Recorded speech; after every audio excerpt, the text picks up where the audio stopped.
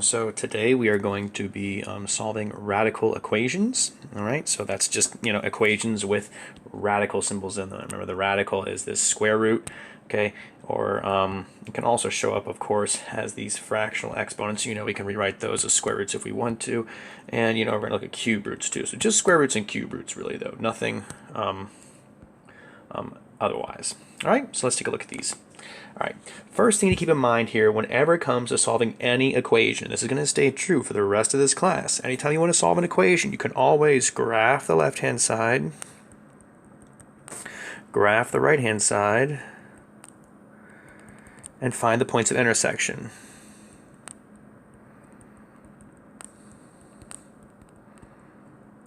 Okay, remember that the x-coordinates specifically are what you're looking for there, and that'll allow you to find your solutions. All right, so as an example, let's take a look at this. So let's graph the left-hand side, graph the right-hand side here. Whoops. Okay, just like that. So it's root 4x minus 4 and x plus 1. Okay, so you pull out your graphing calculator here. We'll go to y equals root 4x minus 4, and then x plus 1. Okay, and let's make sure I got that right. Yeah, okay. So we'll graph it. There's our root 4x minus 4, and there's our x plus 1. Okay, now what do you notice about these two graphs? They never intersect, right? This line here is never going to intersect with that square root graph. So how many solutions do we have? The answer is 0 solutions.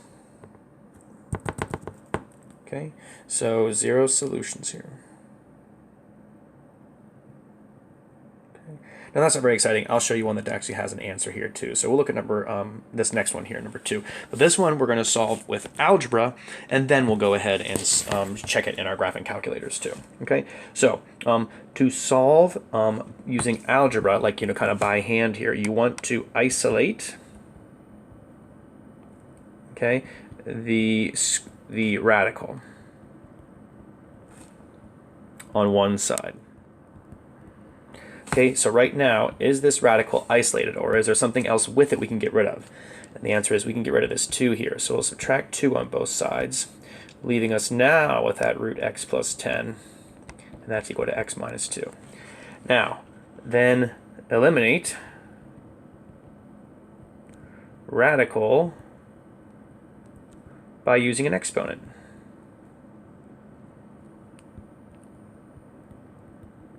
Okay, so what exponent will we use here to eliminate a square root?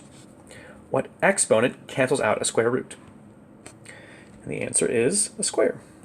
So we will square both sides. And when I say square the side, I mean square the entire side.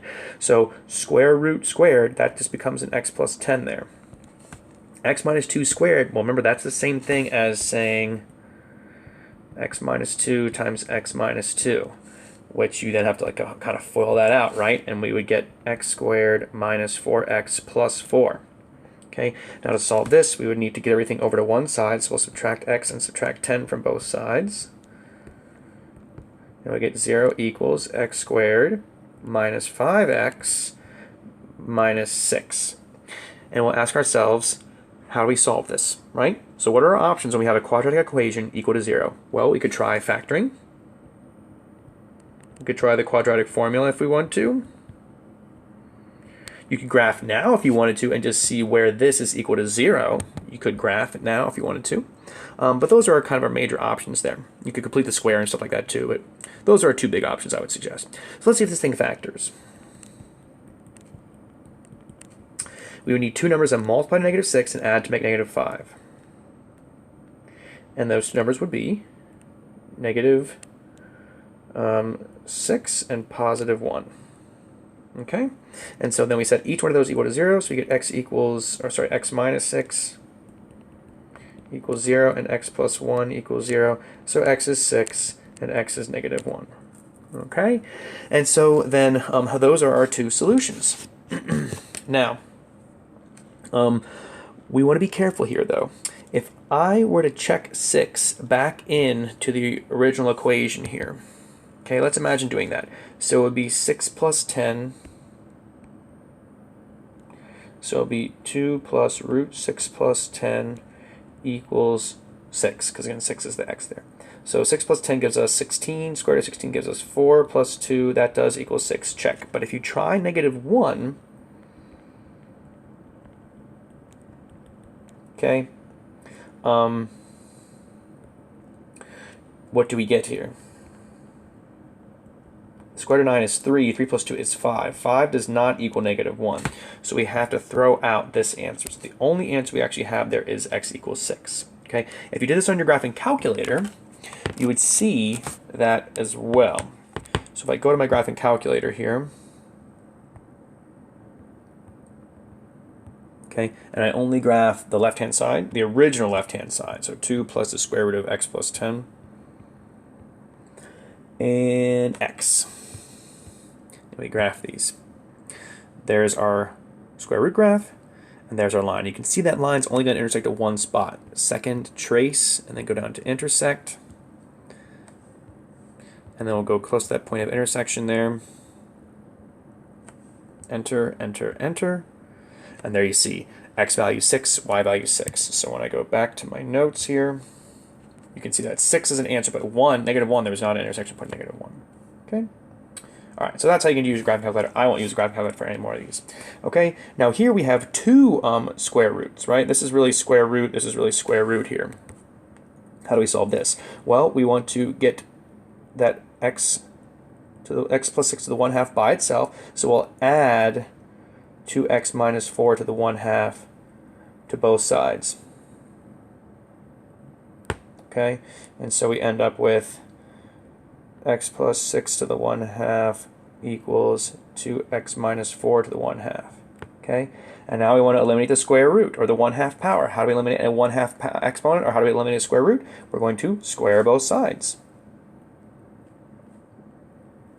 Okay, when you raise a 1/2 exponent here to a 2, remember you multiply the exponents. What's 2 times 1/2? Well, it's just 1, so this becomes x plus 6 to the 1. And 2x minus 4 to the 1/2 to the 2. Again, to the 1/2 to the 2, you multiply those exponents. 2 times 1/2 is 1, so you get 2x minus 4 to the 1. Which really is the same thing as x plus 6 equals 2x minus 4. And then it's a very simple equation to solve from here, right? We'll subtract the x from both sides, we'll add the 4 to both sides, and so you get 10 equals x. You still want to check your answer back in the original just to make sure that it works. So let's see here, we'll get 16 to the 1/2 minus, let's see, 10 times 2 is 20, minus 4 is 16 to the 1/2, and yes, that would give us 0. Check. So we know that that answer does work. And again, you can always check in your graphing calculator by graphing the left-hand side and seeing where it equals 0 in this case. Okay, two more here. So this next one we are solving now. You'll notice what's the difference here. The difference is we have a cubic. Okay, so we're just going to change up slightly, but the same principles still apply. We're going to isolate the cubic. So we want to get this quantity here by itself. So we got to get rid of that minus, or the plus 7, so we'll subtract 7 on both sides. 5 minus 7 is -2. Now what do we do to get rid of a cube root? To get rid of a cube root, we cube it. And so we get x plus 2 equals -8. And then we'll simplify by subtracting 2 on both sides. And voila, -10. Again, you should check your answer back in here. So let's just check that real quick. -10 plus 2 plus 7 equals 5. -10 plus 2 is -8. The cube root of -8 is -2. And -2 plus 7 is 5. Check, so it does work. All right, last one here. All right, this one, the cube root's already isolated. So we'll just cube both sides. Okay, and we get x minus 5 equals x plus 1 cubed. Oh no, Mr. Wid, why'd you pick this one? So x plus 1 cubed, remember that's x plus 1 times x plus 1 times x plus 1. So I'm going to multiply these two together first, and then we'll multiply that answer times the other x plus 1 there. So x plus 1 times x plus 1. So these two multiplied together give me x squared plus 2x plus 1 when I multiply in combined like terms. Now I need to multiply these together. So this x here will multiply with all three of these things, and this 1 here will multiply with all three of these things. And so we'll get x to the third plus 2x squared plus x squared plus 2x plus 1. And again, we still have the x minus 5 over here. Okay, then we'll combine like terms. So we'll have x to the third plus 3x squared plus 4x plus 1.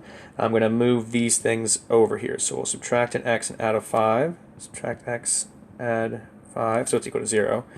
And we get x to the third plus 3x squared plus 3x plus 6.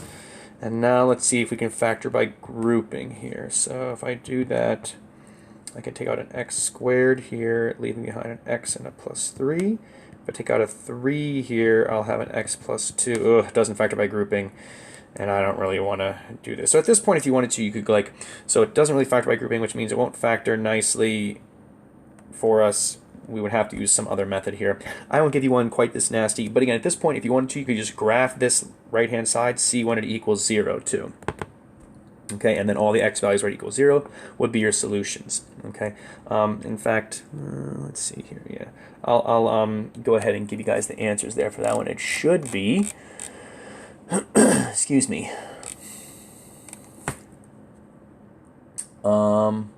x equals -3 is going to be the only solution here. The other two solutions are imaginary, so they would be imaginary. We only want to keep the real solutions for right now. Okay, so that's going to be it. I'll give you guys some homework assignments from it. Like I said, I won't give you one that like cubes out something crazy like this. Okay, I'll give you something much nicer. So yeah, again, if you have any questions, please feel free to email me or message me, and then tomorrow we will have a quiz. All right, thanks guys. Have a good day.